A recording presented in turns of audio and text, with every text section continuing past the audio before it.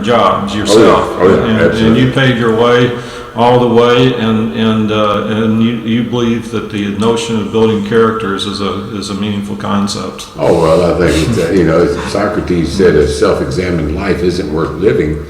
And I think if you examine your life, you recognize how character gets built, and you just go about creating the character you want to personify.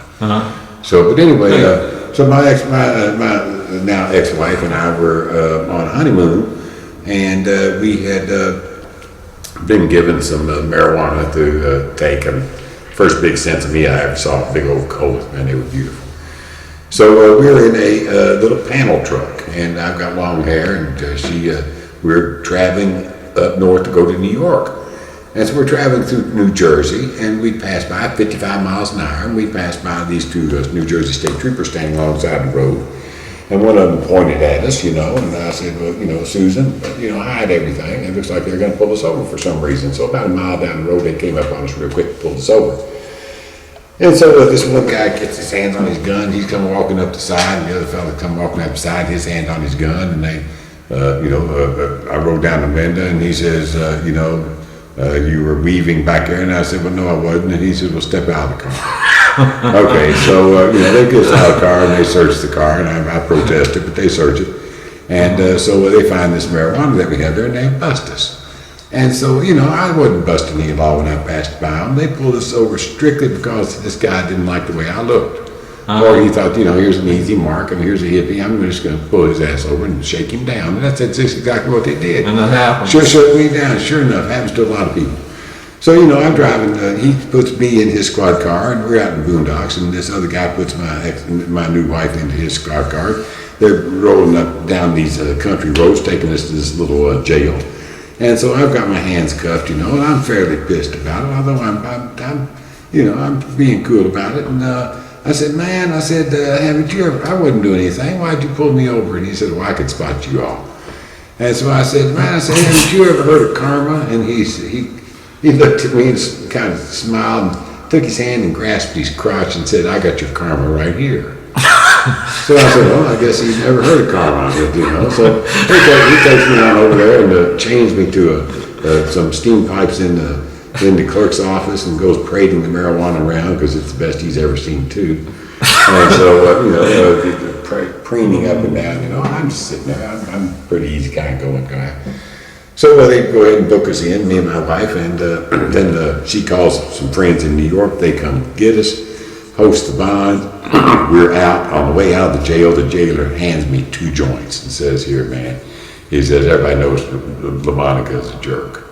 And so I said, oh, thank you. So, we plead guilty to a diversion program. It's not on our record. We paid some money for an attorney, and so we went through the program and got it erased. So 6 or 7 years later, I'm driving down Western Kentucky running for an office.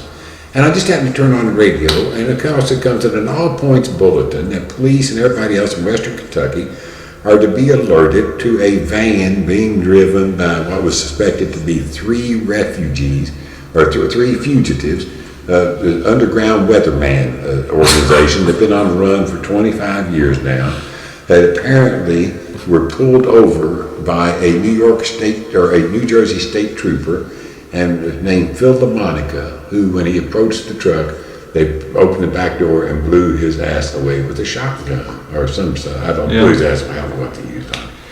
And so, but they were suspected to be headed around in Kentucky.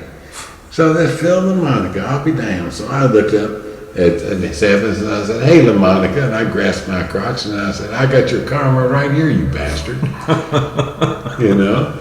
Because here's the way I figured. Here's the way I figured. If these people were underground fugitives of the Underground Weathermen, and they had been on the run for 25 years, they're not going to be speeding through New Jersey.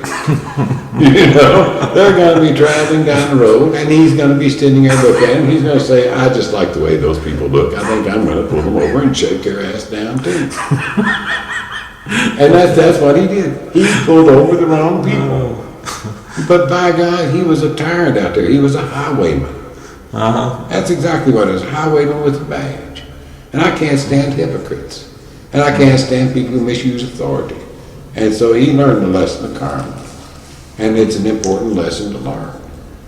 You know, it's the only thing that's kept me in line all these years was the idea that there's an afterlife, and what I do here in this life defines who I'm going to have, who I'm going to be in the afterlife. And you know, the character I'm going to have, if there's a character at all in the afterlife, I want it to be one that was never offensive, you know, but don't tread on me. You know, I want to be the meanest son of a bitch defensive lineman in the country. You know, that's what the front of that book's all about. That's a mean machine right there. Yeah, that is a mean-looking machine there, Gatewood. How about, speaking of karma, there's a story you tell in The Last Free Man in America where you did quite a bit of hitchhiking, and I have too, as a matter of fact, and can relate to your stories about hitchhiking very well. But anyway, in this one story, you were picked up by some people in a VW van. Yeah, VW bug. Oh, was it a bug? It was a bug. It was not a van, it was a bug. Yeah, do you mind telling that story, what happened with that a little bit? No, I don't mind telling it. This is when you first started getting into hallucinogens and as a learning... I hitchhiked for about 9 months across. I went coast to coast 5 times and border to border 3 times. And so I was doing migrant farm labor with a friend of mine out in Northern California.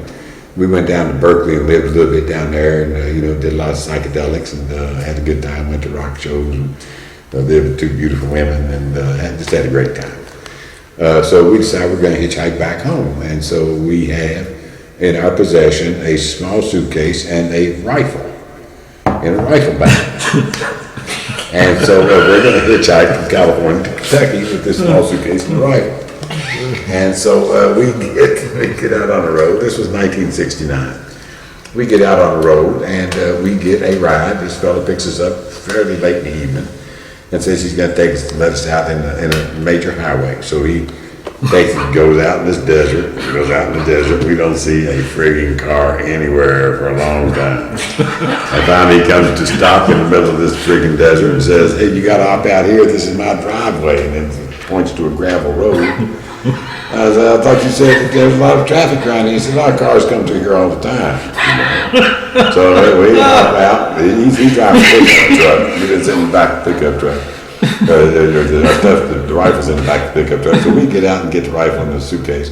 And he turns on this gravel road, and for 10 minutes we watch his tail lights and headlights disappear all over a hill.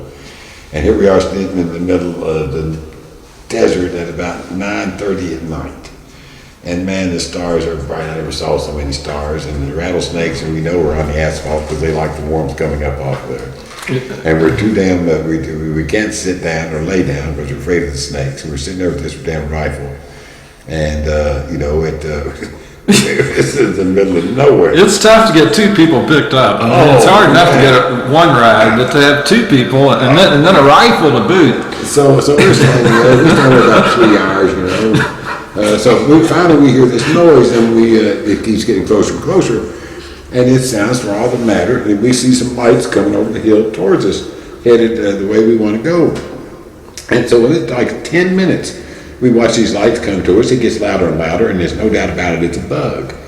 So I said, "Teddy," I said, "they're never going to stop for 2 people holding one of them holding a rifle out here in the middle of nowhere. There's dark lumps alongside the highway." I said, "I'll tell you what," I said, "why don't you go over and hide in the bushes?